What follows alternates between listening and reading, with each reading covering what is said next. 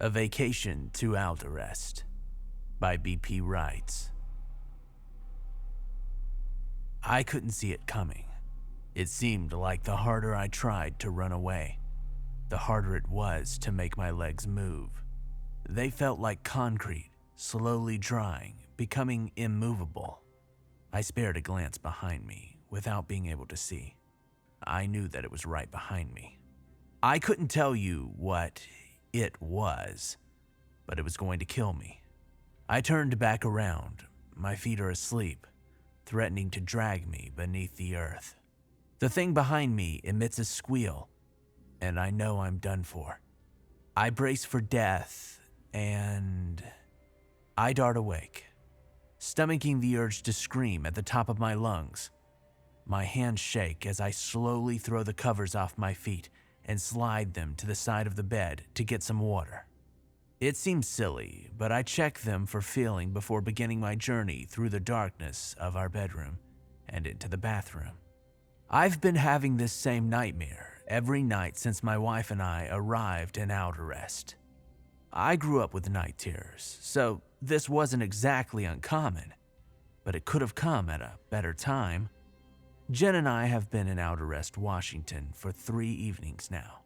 We're celebrating our second wedding anniversary in the quaint town just off the West Coast on a recommendation from one of Jen's childhood best friends. The area is beautiful, a diamond in the rough of rural vacation spots. In early December, they already have Christmas lights hanging from every building, and light-up snowflakes peacefully shine from every post on Main Street. Throughout the middays, we've been driving along every country road, staring in awe at the lush early winter scenery. Snow dots the landscape, and large farms glint in the morning sun with frost from the evening before. Alderrest has many mom-and-pop shops throughout its heart, many of which we walked through and purchased way more than we probably should have. But I'll admit it, they had some unique items available. Overall, it's been a wonderful experience, all except for the nightmares.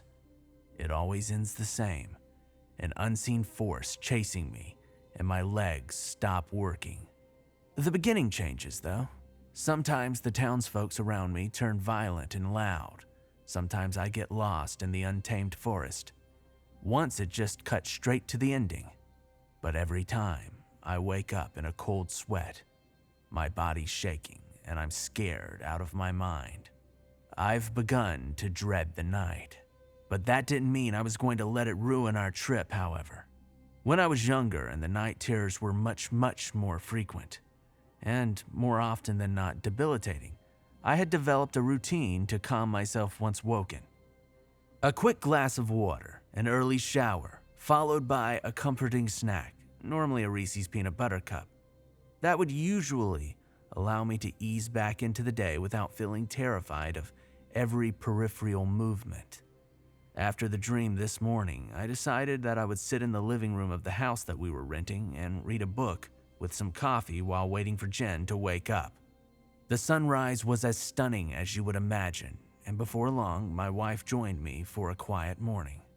We sat together without speaking for an hour before heading back to the room to change into our day clothes for the day's activities. Soon we set out into the town's core for our final day of adventures before heading back to our mundane daily lives. We had each picked a place that we were most excited about on the first day, and we had decided to save that for the last day so that we could go out on a positive note.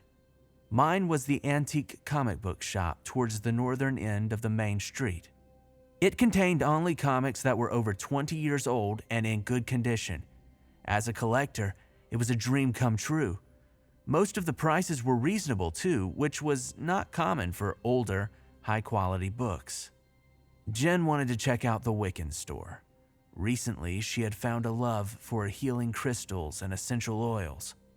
I have to admit, I never really believed that any of those things would work, but my lovely upbeat wife had fallen into a depression last year that seemed incurable. I had tried everything I knew she loved, and nothing seemed to get her out of that funk, until a colleague of hers put her onto crystals and meditation. She felt better within a month. "This one's pretty," I said as I pointed to a pink rock on display. "Oh, that's rose quartz. A lot of people love it," she said. "What does it do?" I asked. "It helps you forgive and increases your empathy."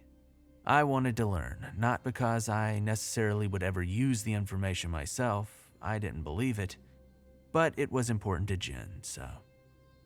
I smiled back at her, picking up the rose quartz and mouthing, "I'm sorry," before looking around and sticking the gem in my pocket. I got an angry look, followed by a devilish smile. There was only one worker, and she had her back turned towards me. I know I shouldn't steal, but I enjoy it. I don't even care about the price tag. I work 50 hours a week and have the money to buy anything that I need, feasibly. Maybe it's an addiction, who knows? After a few more minutes of aimless wandering, Jim bought 2 more stones and an essential oil diffuser that came in the shape of a waning moon. We left the cozy establishment and began to make our way out to the town square. There was a coffee shop there that sold some of the best lattes I've ever had the pleasure to sip, and I desperately wanted to purchase some of the beans for their French roast as well. "You know, hon, I think I'm going to ask Daniel when we get back home about—" I started speaking, but was cut off by screaming from behind us. "Hey, where do you think you're going?" A disgruntled male voice was chasing us down the street with a look in his eyes like I had fooled around with his girlfriend.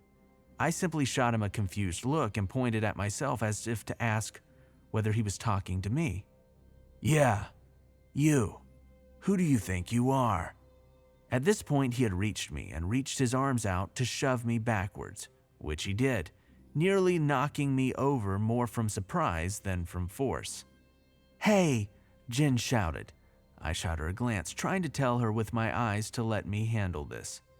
Clearly, the man was drunk or unstable, and I didn't want her to get hurt by accident. "Sir, I think you have the wrong person. I'm just a visitor here," I said in a smooth, soothing voice to try to put out the fire in his mind. "Yeah, right, you're a visitor, or else you wouldn't have stolen from Miss Alexia." The man shoved me again and tried to reach his hand into my pocket that contained the rose quartz. I had completely forgotten about it. More of the town's citizens had started to walk outside from their apartments, homes, or shops that were nearby where we were standing. From the commotion, I guess. I looked the man in the face and tried to make myself look bigger than my 6-foot nothing frame actually was. I wasn't going to actually fight this man, but he didn't know me. Maybe I could get him to back down. "Give it back now, or we'll all pay the consequences," he was shouting now.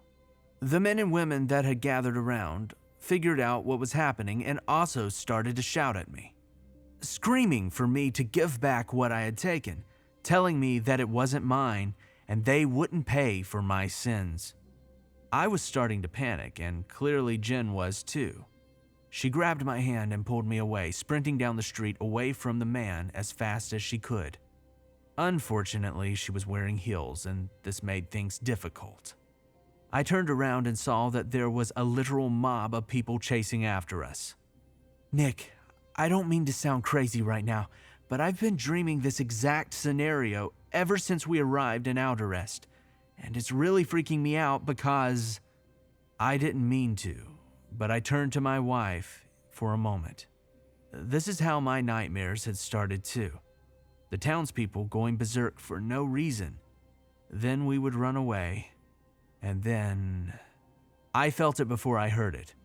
A fire spread through my upper right leg, immediately followed by 2 gunshots. I stopped running and looked at Jen. Terror spread through her eyes as well. I reached my hand down to my knees, and it came back covered with blood. Jen's leg was bleeding as well. I couldn't feel my legs. I couldn't move. My feet were giving out, and I began to fall to the ground. I spared a glance behind me, and then my vision went black. I couldn't see anything, but I knew it was coming. But it never does. I lay there unmoving as the man who shot my wife and I simply reaches into my pocket and pulls out the rose quartz. In a haze, I found it ironic. I wanted to apologize, and the rose quartz is supposed to help people forgive. So maybe now that they have it, I'll be okay. But that's not really how it works, I don't think. But my mind was foggy from the blood loss, and I chuckled before passing out on the ground. When I woke up, I was back in my house. Not the home we were renting in Alderrest, but our real home. It was all just a dream, I thought. Was the whole trip a dream? I couldn't have imagined this. I've been dealing with these things my whole life, and nothing ever felt that real. I feel for the bullet in my thigh, and I find nothing. No pain, no blood, no scarring. It was as if nothing had ever happened. I walked to the bathroom and poured myself a glass of cold water, and I hopped in the shower to calm myself. That was a heck of a dream sequence. It took me a solid 30 minutes before I stepped out of the blazing hot water and began to dry myself off. It was then that I realized how strange it was that Jen had not been sleeping beside me. She never wakes up before me, especially not when I have a nightmare and wake up in the wee hours of the morning.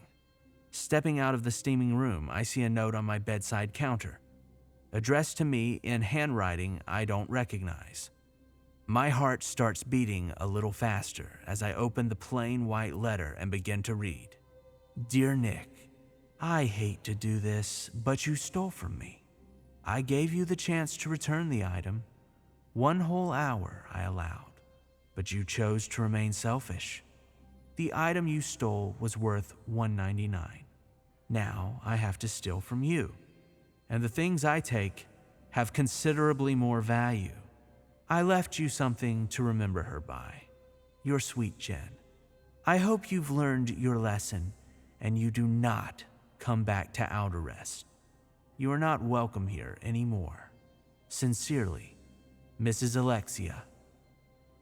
I must have reread the note 20 times before picking up the picture that had been left underneath the note. I wish I hadn't. The picture was of my lovely wife Jen, or at least what was left of her.